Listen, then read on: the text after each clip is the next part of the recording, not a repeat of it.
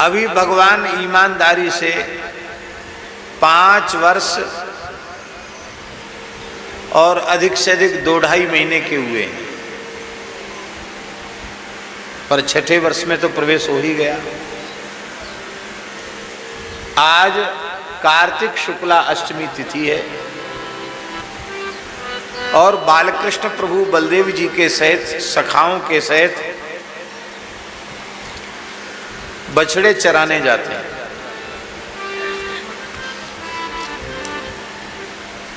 आज ठाकुर जी रूस गए, रोने लग गए। मैया मैं गैया चराने, मैं बछड़ा चराने नहीं जाऊंगा। इतना रोए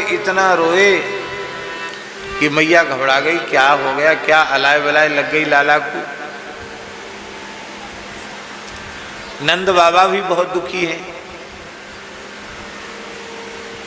अंत में बाबा ने गोद में लेकर बालकृष्ण प्रभु से पूछा, अरे लाला रोवे ते समाधान नायनिक से गो, पहले रोवे को कारण तो बता। भाई बिना कारण बताए कैसे पता चलेगा, समाधान कैसे होगा।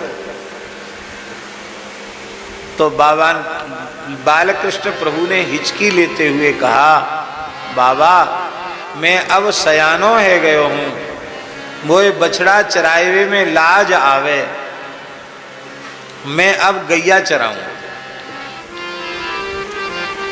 अभी 6 साल के पूरे नहीं है, 5 वर्ष 2 महीना और 2 महीना, लगभग 2 महीना, 5 वर्ष लगभग 2 महीने के ठाकुर जी हैं और कहते अब मैं सयानो है गयो हूं, सो मैं बछड़ा बछिया नहीं चराऊंगा, मैं गैया चराऊंगा। बाबा बड़ी जोरते हंसे, वाह रे वाह लाला, सवेरे तो यही बात के ताई रोए रहे हो कि मैं बछड़ा नहीं चराऊंगा, गैया चराऊंगा। अरे ग्वारिया को बालक गैया ही तो चरावेगो और कहा करेगो।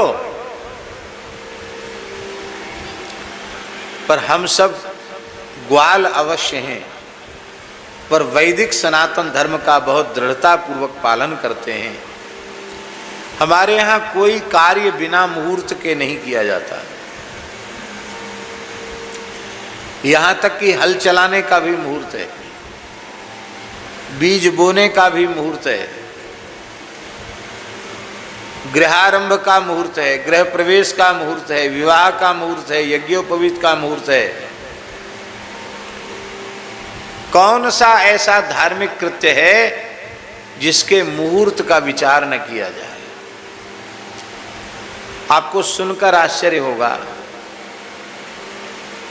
चोरी का भी मुहूर्त होता है। आपको सुन के आश्चर्य होगा, चोरी तो कोई बढ़िया काम नहीं है, निषिद्ध कर्म है चोरी, पर चोरी का भी मुहूर्त होता है। आप कहें कहाँ लिखा है चोरी का मुहूर्त? आदि काव्य श्रीमद् वाल्मीकि रामायण में जब भगवान श्री राम जानकी जी का अन्वेषण करते हुए घायल पड़े हुए मरणासन्न गृद्धराज जटायु के निकट आए हैं और जटायु को अपनी गोद में लिया है, तब महात्मा जटायु ने कहा, हे श्री रामभद्र, आप वैदेही के लिए विकल न हो। दशग्रीव रावण ने अशुभ मुहूर्त में जानकी जी की चोरी की है और यह बिंद नाम का अशुभ मुहूर्त है। इस बिंद नाम के मुहूर्त में जो व्यक्ति चोरी करता है वह चोर अपने कुल खानदान सहित नष्ट हो जाता है। ये बात इस देश का गीध कह रहा है।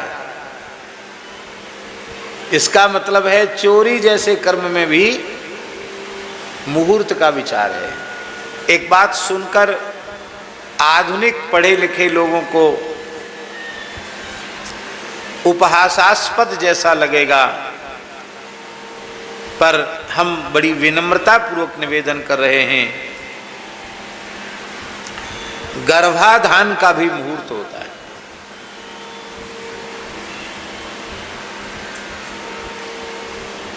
और मुहूर्त पूर्वक गर्भाधान से किस प्रकार के व्यक्तित्व का निर्माण होता है, ये ठीक से समझना हो तो हमारे ऋषि महर्षियों के उदाहरणों से उसको समझ लेना चाहिए।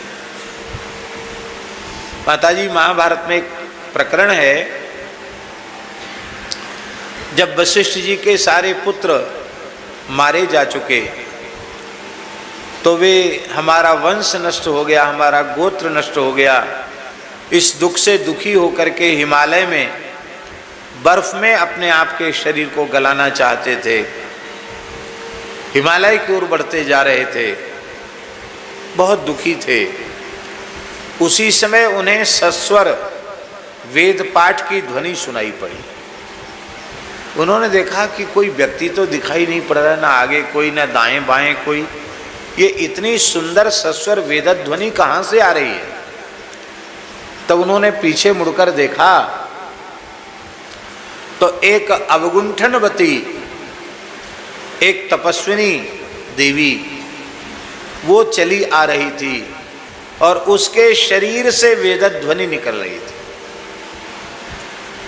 बड़ा आश्चर्य है, देवी तुम कौन हो, ये वेद ध्वनि कहाँ से आ रही है।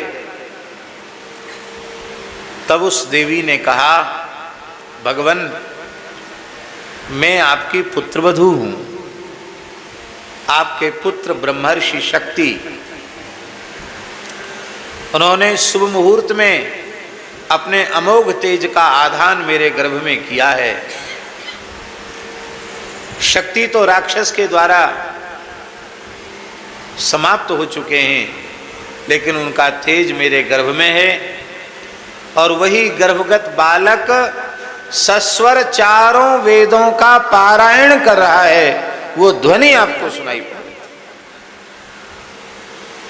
तब वशिष्ठ जी ने अपने देह को हिमालय में गलाने का विचार त्याग दिया और प्रसन्न होकर अपने पौत्र का जातकर्म संस्कार कराया और वे पौत्र हुए, महर्षि शक्ति के पुत्र हुए भगवान पराशर, जो विष्णु पुराण के प्रणेता ऋषि हैं और कृष्णद्वैपायन भगवान वेदव्यास के पिता हैं। ये होता मुहूर्त से गर्भाधान का परिणाम।